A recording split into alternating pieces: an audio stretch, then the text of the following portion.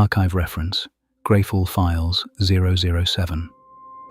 The following case began during the autumn of 1956.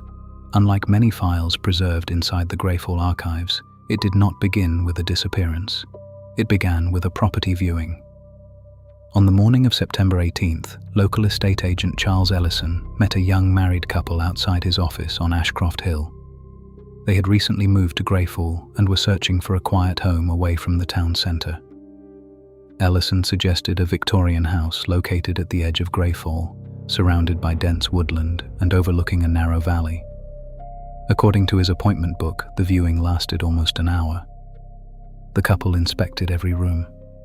They admired the large library, the stone fireplace, the garden hidden behind ancient oak trees. Before leaving, they told Ellison they intended to purchase the property. They agreed to meet again the following morning to complete the paperwork. Everything about the visit appeared perfectly ordinary. Ellison locked the front door, placed the key inside his briefcase, and drove back to Greyfall. It should have been one of the easiest sales of his career.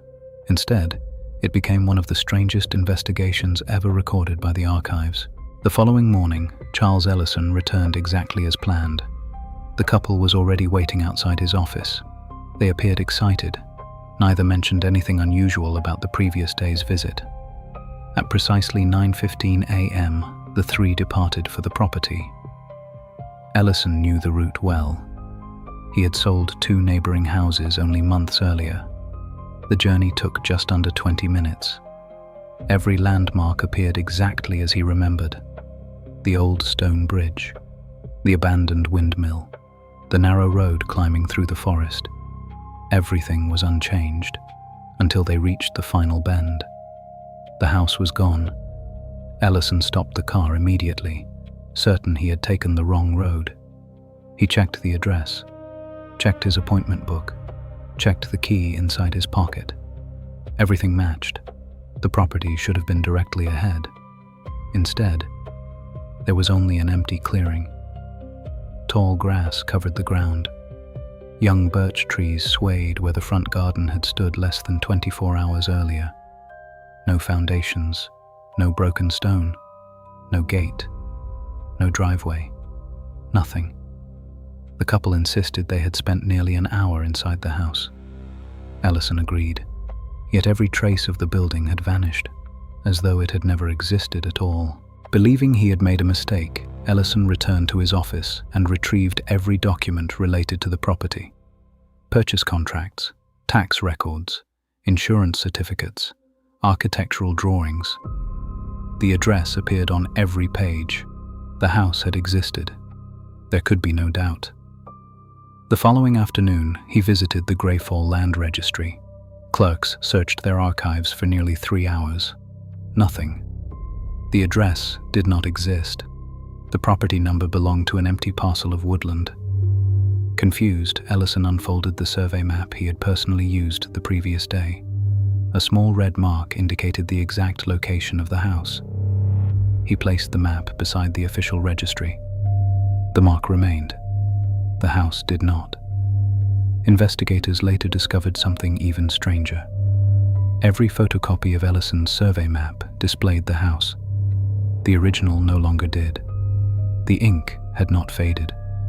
It had changed, as though the paper itself had rewritten its own history. From that day forward, every new map printed in Greyfall omitted the property completely. Only a handful of older copies continued to show it. Each one disappeared over the following years. One by one, the investigation might have ended there, until the photographs were developed. Ellison had taken 6 images during the property viewing. Routine photographs: the entrance hall, the staircase, the library, the dining room, the garden, and the front of the house. When the prints arrived, every image appeared normal.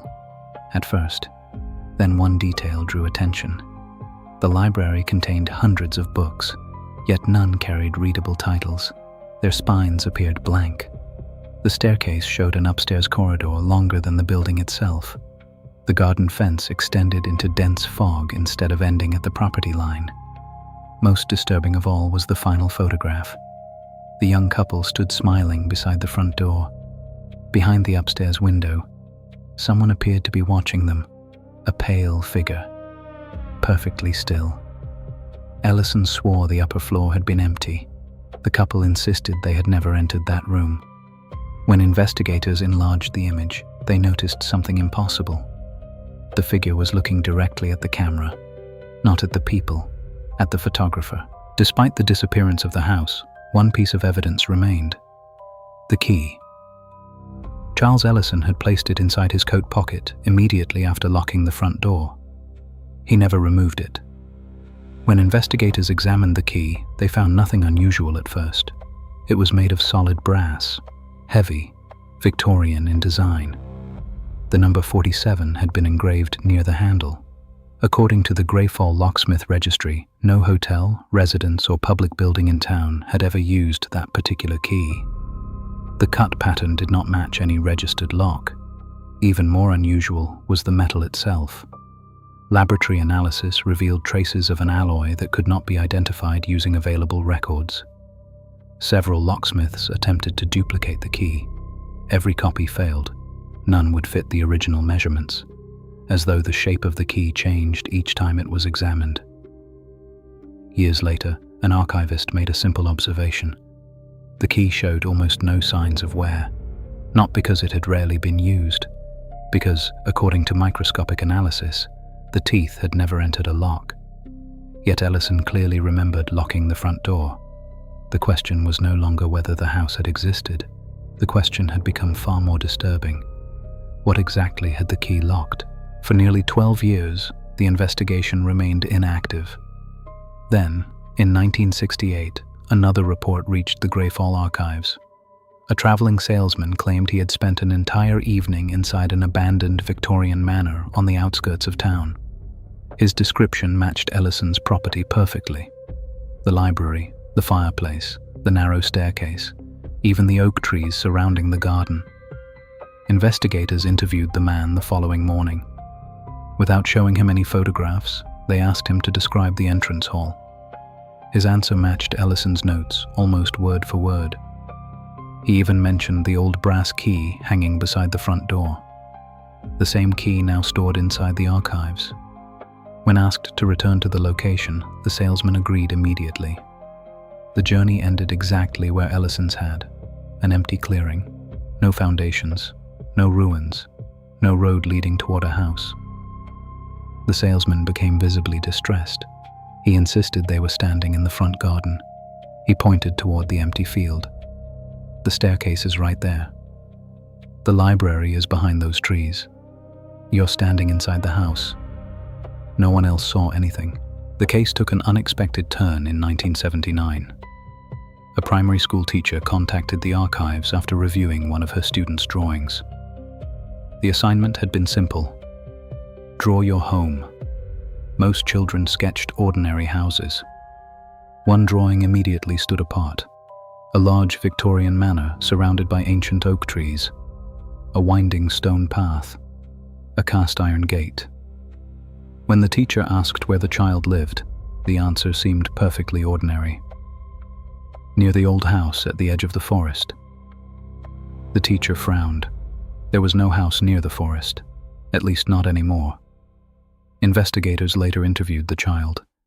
He calmly described the interior: the library, the dining room, the upstairs hallway, details that had never been released publicly.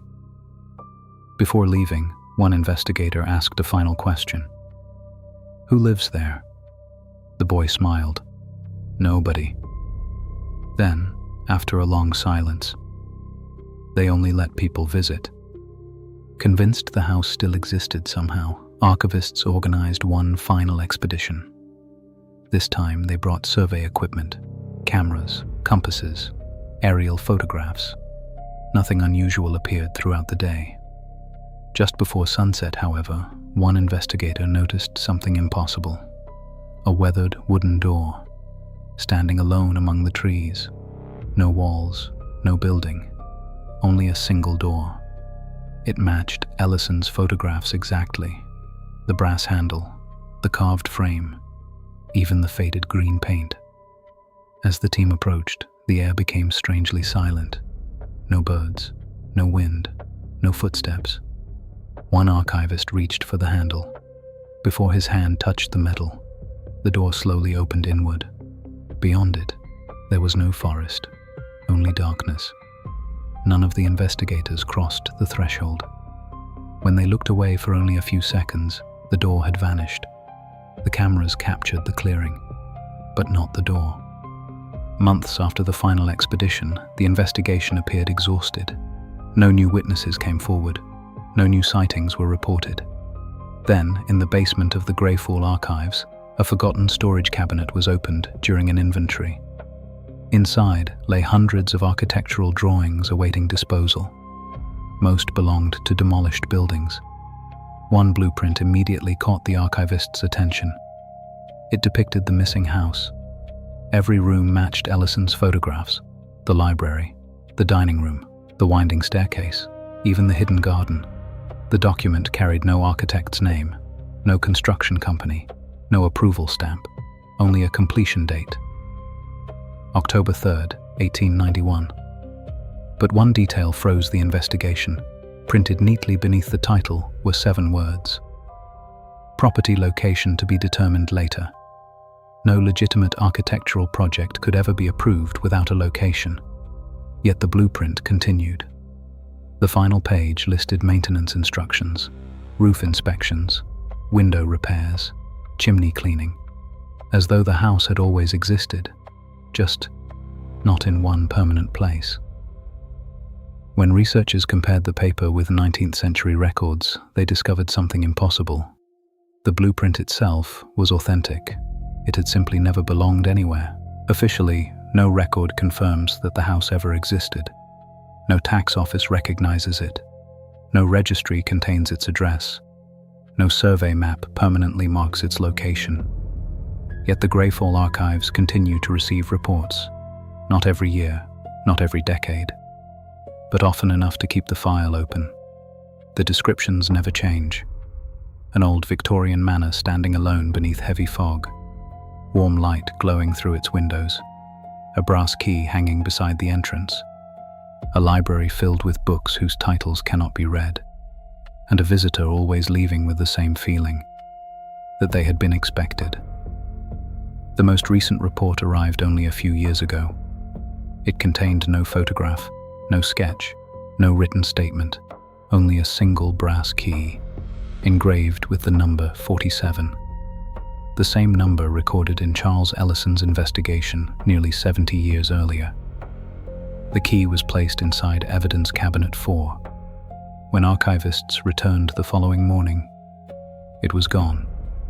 No record of removal, no broken lock, no fingerprints, only an empty evidence box. And resting inside, a fresh property viewing appointment, signed for the following morning, at a house that still does not exist. This file is closed. The mystery is not. Somewhere beyond the fog, another story is already waiting. I am Knox, and Greyfall remembers. The next story is already waiting. Subscribe to enter the archive.